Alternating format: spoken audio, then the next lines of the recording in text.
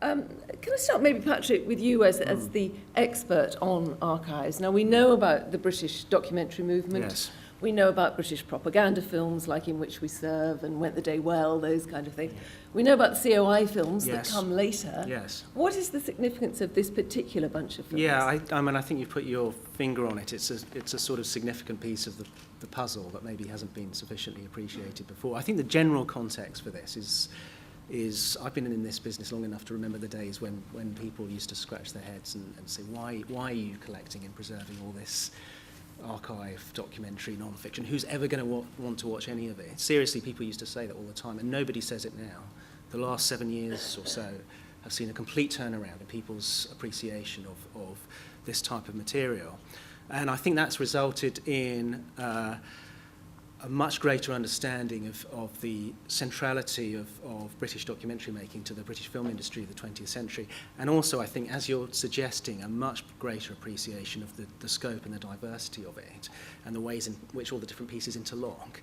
So that's the general context. And I think the British Council films particularly, having been made primarily, as we've seen, in the early 1940s, are quite an interesting complement and contrast to the films that the Ministry of Information were commissioning on a very large scale as part of the war effort primarily.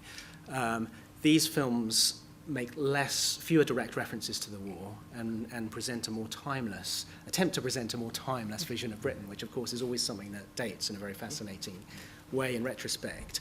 And you see that picked up later on by the likes of British transport films and so on in the post-war period. And also, I think related to that, the filmmakers involved are less core to the sort of more sectarian end of the documentary film movement. And as a result, these films are maybe, on average, and I wouldn't want to be too categorical about it, slightly less left-leaning than, for example, the films that people might know from the GPO film unit and the Crown film unit, and tend to present, again, on balance, a slightly more small-c conservative vision. So a very fascinating contrast. But I think they also exemplify a lot of the strengths of British documentary at the time in terms of wit, sometimes intentional wit, and quite a lot of retrospective. Yeah, but I think more of it is intentional than we might want to give it credit for, and also just cinematic craftsmanship. And the last film we just saw, Island People, I think is a model of economy. 10 minutes worth, a huge amount of information packed in and made entertaining. And I think it's a very self-effacing approach to filmmaking, which we can even now learn a lot from.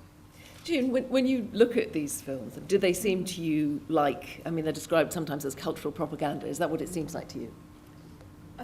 I suppose you could look at it in that way, and I think definitely with its purpose, it was cultural propaganda. I think also, given what we've seen from documentary filmmakers in more recent years, who have used archival material from that period, they have presented a very different picture of Britain at those same times. Myself and Imru Bakari, who's sitting in the audience, did a compilation based on a search of film archives in London. It was called Big City Stories, Black London's Film Heritage. And some of that material goes back from 1911 up until now. And some of the material that was around at that time actually shows quite a diverse image of Britain. Well, you certainly don't get that in those films that we've seen. No, you don't. And, you have the work of a very distinguished company like Black Audio Film Collective or Smoking Dogs, as they're now called, who've made the Grierson Award-winning documentary Hands with Songs, which would have used a lot of the same sources as well of material. Some of the filmmakers and some of that at the same time that these were made, and have presented a very different picture of what Britain was and what some of the people of that time were doing, and the part that they played. For instance, in the industry section, there are, if you look at a film like Hands with Songs, you actually see so much of the part that people played from different backgrounds and different communities at that time. And even in the research that we were doing, I mean, in terms of even of the transport industry, within the Transport Museum, there is archival footage of Britain's first black bus driver.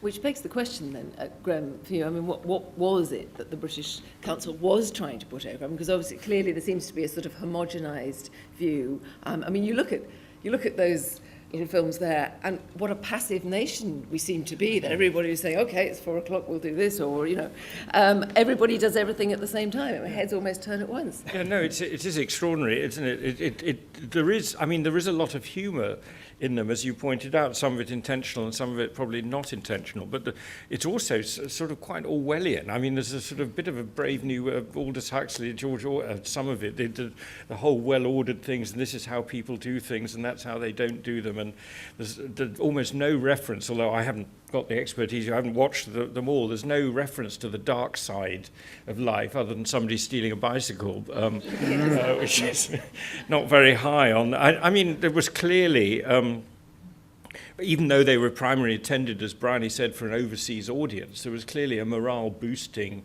kind of aim to them, an ambition, so we mustn't show anything of the dark side. But it clearly shows that cultural relations, which is what the British Council is something in those days that you did to people and not with people. And that's what immediately, so here is what it is, this is how we are, and that's it. And as Bryony in her introduction said, if we were doing it today, as we are with the collection now, encouraging people to respond, you'd get somebody from overseas to come and take a look at how Britain's, rather than doing it all ourselves. And it's a much more interactive process now than it was even 50 or 60 years ago. And presumably there was also a slightly instructional element. So one of the other films which I had a look at this morning is Morning Paper, which is about the production of a newspaper, and particularly the Times. So it has a certain kind of, especially at the moment, particularly when we're thinking about our newspapers and our media coverage, and it's held up absolutely as the standard of how it should be done. Well, you don't have to be super genius to really, looking at it today as an audience in the UK, to look somewhat quizzically at some of the pictures you have of the newspaper industry, of the police force, all of which were presented as absolutely paragons of virtue,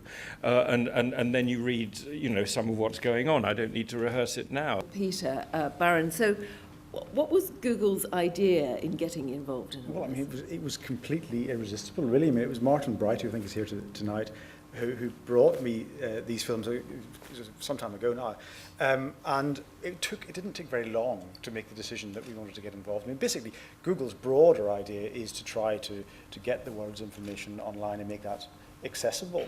And we've done that across a broad range, whether it's with libraries or art galleries or with video. But these pictures and films are just so extraordinary, and it's scarcely believable that it was. We were only talking about 60 years ago that some of the children involved in these films are still adults today. So really incredible films. But I think also what was so appealing about the project, it was really everything to do with the project. The young creative types who are getting involved in researching and restoring the films is a wonderful thing. And then the final part of it, which is to make them available everywhere and to allow people to play with them and mash them up and so on. So it's a fantastic project from beginning to end. But in terms of your previous experience of working in television, news and current affairs, does it invite any reflection on how a bit of time added to something makes the artifice of it very obvious, if you see what I mean? Because that would have been presented as being, the truth, as it were, then. But in a sense, there is still, in every kind of news making, every kind of current affairs, every kind of documentary making,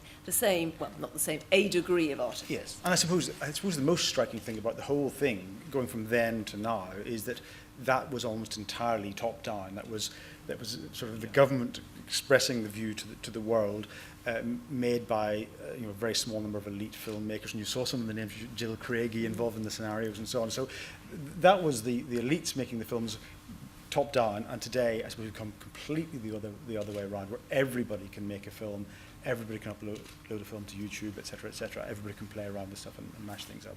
So that's the very striking nature of it from my point of view. Although the control of mass broadcasting still remains within the hands of a small number, doesn't it? Well, that's true, but and I think it is a lesson to us all, isn't it? That the sort of customs of filmmaking at the time, they don't age particularly well. And some very well-known filmmakers did obviously cut their teeth or broaden their experience on these films, didn't they? That's right, yeah. I mean, a number of the names we saw on screen tonight. Peter mentioned Jill Craigie. She went on to direct a number of films herself, not for the British Council, but for other bodies. The musical contributions by the likes of Neil Matheson, who became a massive contributor to British documentary and feature film composition subsequently. Vaughan Williams, you saw there, of course, as well. And a number of people who went on into feature films, so directors like Ken Anakin, Jack Cardiff, obviously a great cinematographer, much missed. So yeah, there were a lot of people who found their way into other forms of filmmaking through the short film. And I think to sort of pick up on some of Peter's points about the contrast and the resonances between that period of time and today, I think one of the things that's less of a contrast and more of a resonance is the fact that we now, through YouTube and all sorts of other modern platforms, are living in the age of the short film, and the film that can penetrate every facet of society. And actually, it's also, interestingly, through those same platforms, that we're starting to rediscover how much of the history of film in the 20th century was the precursors of that. And it's a complete mistake to think about the history of film as being essentially the history of narrative feature film and a few other bits alongside. That simply wasn't the case. And I think people are starting to wake up to that now, and this project is a part of that process. I've got massive more I questions. just wanted to say something, that because I think also we have to remember that this was made at a time when you also had around the world all the colonial film units making films about British values in those countries.